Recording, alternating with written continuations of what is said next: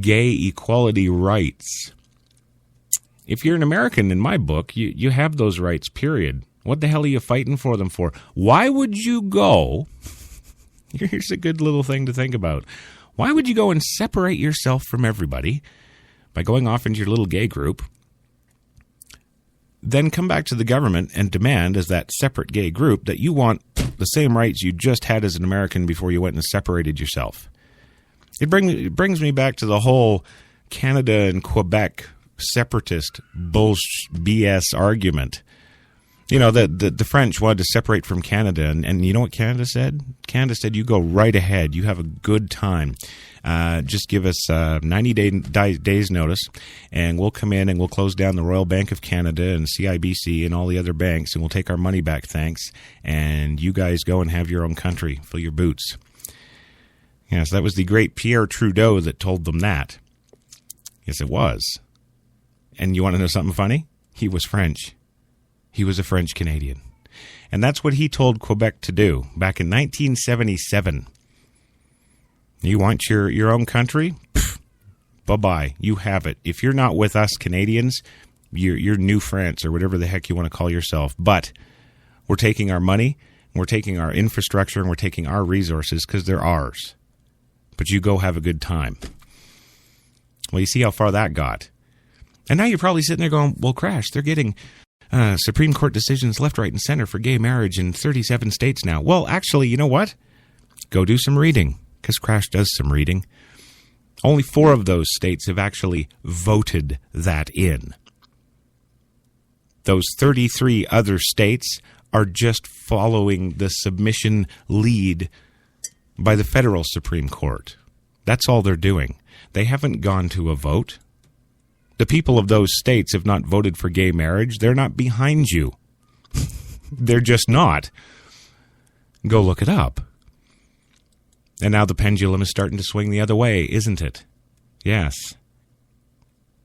Now it's not so cool to be gay or lesbian. So now what's reared its ugly head? Well, now there's completely new abominations they've made up, like gender fluidity. Well, I'm going to be heterosexual today, and tomorrow I'm going to be gay, and then the third day I'm going to choose something else because, yes, I'm an alien or something.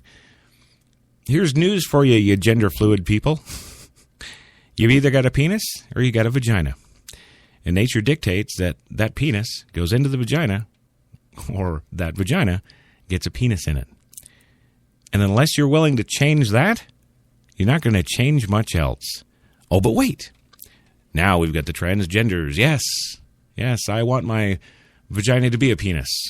Well, thanks to technology, we've just got the thing for you. We'll make you a penis. Oh, and you've got a penis and you don't want that? We'll dig it out for you and make you a vagina. We can do that now. We have the technology. So we're going ahead, aren't we? Just like human cloning. Well, we can do it, so yeah, let's do it. We've got the technology. Never ask why we should be doing something. Let's just do it.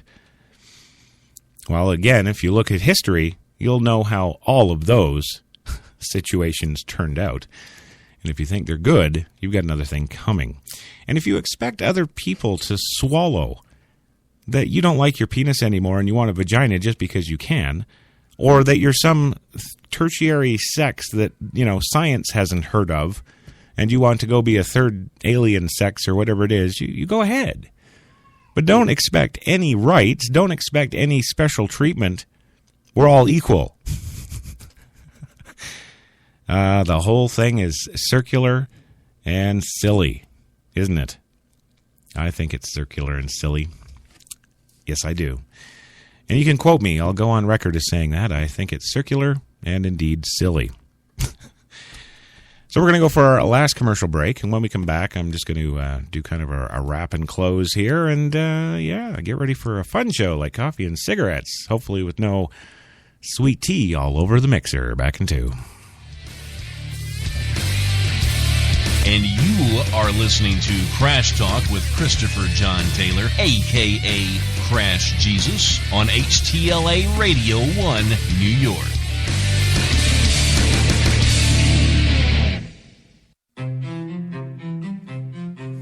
What if there was a coffee that was sourced from some of the world's most renowned growing regions. Abundant with rich, fertile soil. What if this coffee was picked at the perfect moment, then packed meticulously and shipped carefully to be roasted under the watchful eye of coffee masters? What if it was expertly blended, ground, and sealed, ensuring maximum flavor and freshness, then brewed in small batches and always served fresh within 20 minutes, just the way you like it? Now, what if this coffee just happened to be the coffee you already know and love? Tim Hortons. Always fresh. Always great tasting coffee. You walked into the hotel as a 5. But when she saw the room, you turned into a weird 7. When she saw the rooftop pool, you went to 11. You two should probably get a room. Oh, that's right. You already did. At Planet Earth's #1 accommodation site, Booking.com. Booking.yeah. Some said the U.S. has lost its innovative power. We said America is lighting the way as the innovation nation.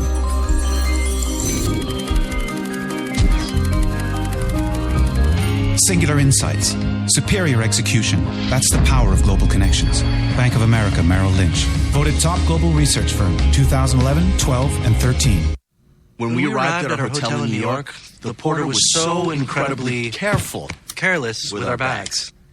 And the room they gave us, it was beautiful. A broom closet. But the worst part was the shower. My wife drying herself with the Egyptian cotton towels. Shower curtain defined that whole vacation for her. Don't just visit New York. Visit TripAdvisor New York. With millions of reviews, a visit to TripAdvisor makes any destination better. The hot new accessory, brows that wow. New from Maybelline, New York, it's Brow Drama, our first sculpting ball brush with tinted gel. Just sweep, then sculpt for bolder, sculpted brows. New Brow Drama. Get the look at Maybelline.com. Maybe it's Maybelline. We're New York's best talk radio, HTLA Radio 1.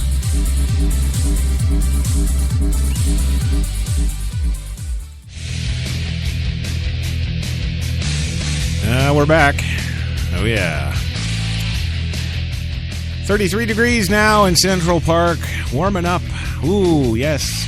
Like a whole degree above freezing. Yeehaw.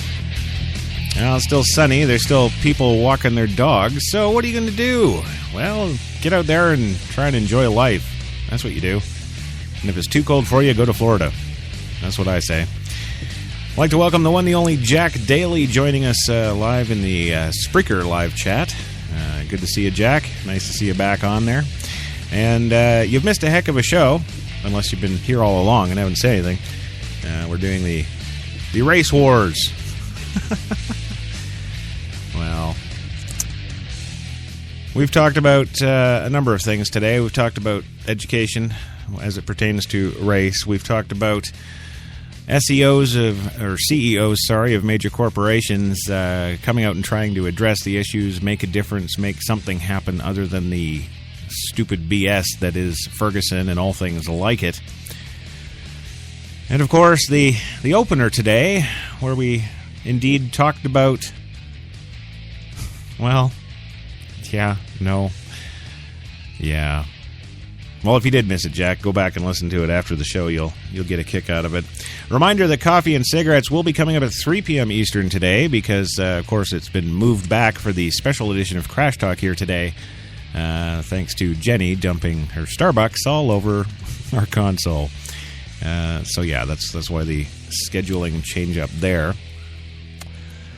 So welcome back, everybody. It's good to see you and hear you and all that good stuff. And I guess in the final segment here on the show today, I'm going to talk about reality.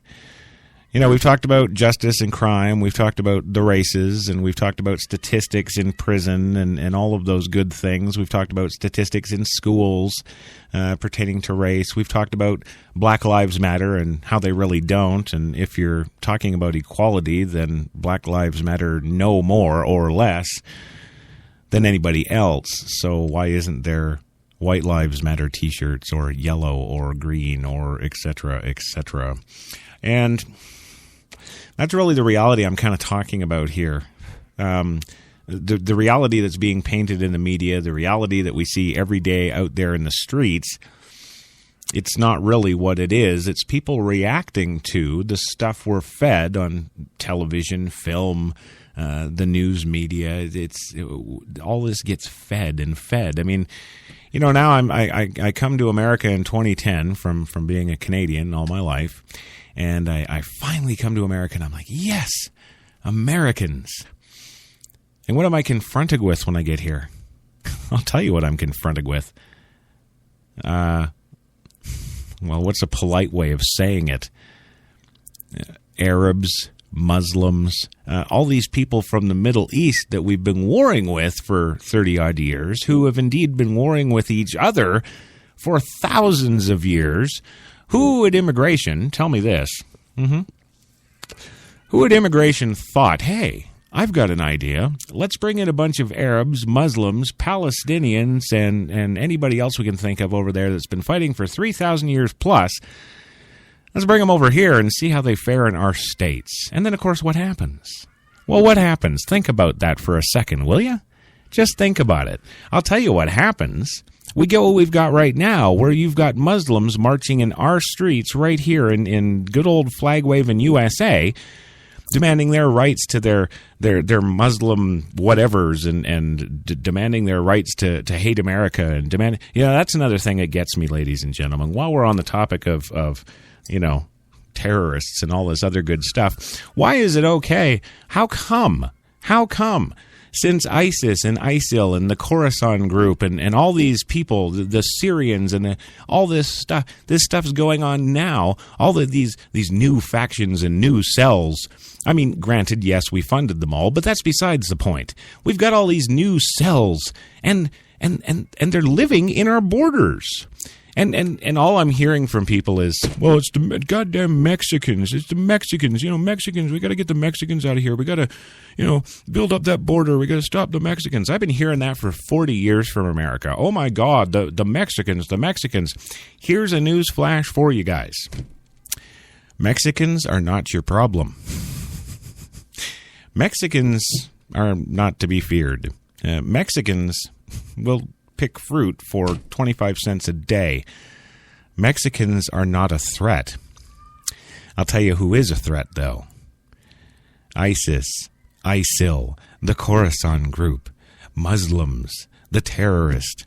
How many Palestinian bombs went off in the 70s, in the 80s, in the 60s, 50s?